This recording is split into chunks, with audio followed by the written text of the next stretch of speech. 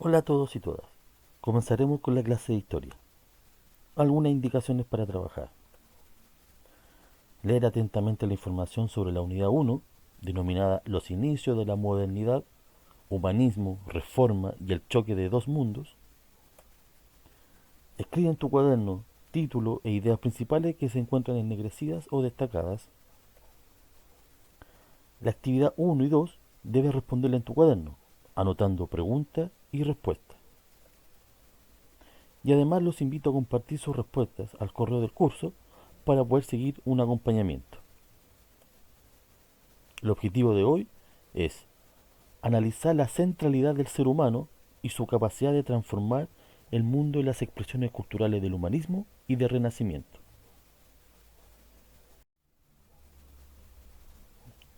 Analicemos esta línea de tiempo. Sabemos que la historia está dividida en dos grandes etapas. Una primera etapa denominada prehistoria, subdividida en paleolítico, neolítico y la edad de los metales, ¿ya? Y una tercera gran etapa, periodo o etapa denominado historia. El gran acontecimiento que divide las dos grandes etapas es la invención de la escritura, donde el hombre comienza a dejar registros de su vida diaria, de su cotidianeidad. ¿Ya?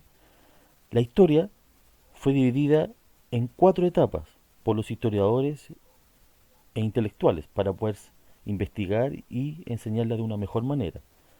La primera gran etapa es la Edad Antigua, donde se desarrollaron las grandes civilizaciones, por ejemplo, Sumeria, Egipto, la India, China, pero principalmente analizamos Grecia y Roma y su gran aporte a la cultura mundial hasta el día de hoy, ya sea en la política, en la economía, en la cultura, en los deportes, etc. Después vino una segunda periodo llamado la Edad Media, que en un principio fue bastante oscuro, recuerden, de invasiones, de guerra, etc. Y una segunda etapa de la Edad Media donde hubo un gran florecimiento sobre todo de las ciudades medievales. Aparecen las universidades, la imprenta, etc. Y este año comenzaremos la Edad Moderna, que comienza en el siglo XV. Todavía los historiadores no se ponen de acuerdo si fue el descubrimiento de América en 1492 o la destrucción de Constantinopla en el año 1453. Ambos hechos fueron en el siglo XV, hasta la Revolución Francesa del año 1789. Y en los próximos años de la Edad Media ustedes continuarán con la Edad Contemporánea. De acuerdo a la forma tradicional en que se ha dividido la historia de Europa, para su estudio, la Edad Moderna se habría iniciado a mediados del siglo XV, en esta etapa. En este mismo contexto, algunos investigadores han utilizado el término renacimiento para referirse no solo a un movimiento artístico, sino para designar a los dos primeros siglos de la Edad Moderna, poniéndose énfasis en la idea de un renacer de la cultura después de los tiempos medievales. O sea, básicamente rescatar la cultura grecolatina que se había perdido durante la Edad Media y llevarla nuevamente a la primera línea.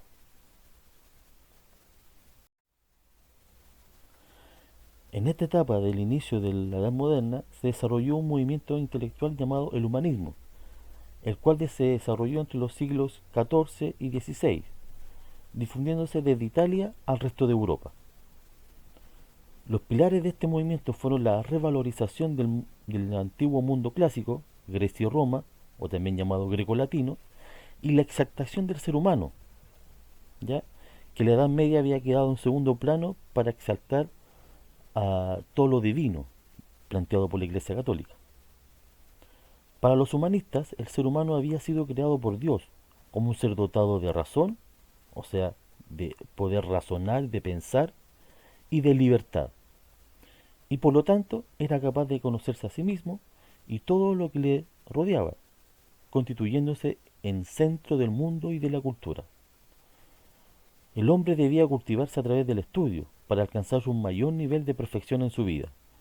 Es por eso, como lo observamos en esta imagen, que en las academias, que fueron los primeros centros de estudios, los eruditos o intelectuales podían dedicarse a la traducción de manuscritos antiguos de griegos o romanos, a intercambiar opiniones, como lo observamos en esta imagen, ¿ya? Y a escribir y a preparar las ediciones de las obras que serían publicadas. La expansión del humanismo. Desde mediados del siglo XV aproximadamente, la invención de la imprenta facilitó la difusión de las ideas humanistas por toda Europa principalmente. Durante el siglo XVI se publicaron en Europa aproximadamente cerca de 200.000 títulos o libros. Las universidades también jugaron un rol muy importante en la formación y transmisión de los nuevos conocimientos, ya sean humanistas o científicos. Una de sus características que los investigadores destacan de la época moderna, al compararla con la Edad Media, es la superación de la visión teocéntrica del mundo para dar paso a una visión antropocéntrica, fuertemente validada por el movimiento humanista. Se concebía al ser humano como centro del mundo y de la cultura, lo que no significaba un abandono de las creencias de la dimensión religiosa de las personas como criaturas de Dios. Primera actividad, responde en tu cuaderno.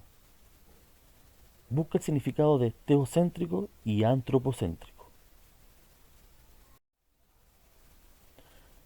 Durante esta época se fue modificando lo que se entendía como ideal del ser humano. Ahora se valoraba mucho que la persona fuera instruida o educada. En los grupos nobles, príncipes, marqueses, ¿ya? El ideal del caballero cristiano se amplió para dar paso al ideal del cortesano, un caballero ejemplar por su linaje o su familia, por ser un buen guerrero y también un buen cristiano, que además se comportaba con elegancia en la corte o en el parlamento, sabía de música y conocía a algunos autores clásicos. Por ejemplo, en otros grupos, sobre todo los burgueses, artesanos, comerciantes, mercaderes, se fue perfilando el ideal del hombre universal, es decir, una persona interesada por ampliar su conocimiento a todos los ámbitos de la vida, en vez de aspirar a un saber especializado. El ser humano debía aspirar a un saber universal, haciendo uso de todas sus capacidades. El mayor exponente de un hombre universal era el personaje que vemos allí, Leonardo da Vinci, arquitecto, pintor, inventor, etc., músico, poeta, tenía una amplia gama de saberes. Actividad 2. Responde en tu cuaderno. A partir de los contenidos y de los siguientes documentos, realiza una comparación entre los ideales del cortesano y del hombre universal, y de estos dos con el caballero medieval. Por ejemplo, aquí tenemos un documento que resalta las características del ideal del cortesano. Aquí tenemos otro documento que se refiere a características del hombre universal. Y aquí un ejemplo del caballero medieval, característico de la Edad Media.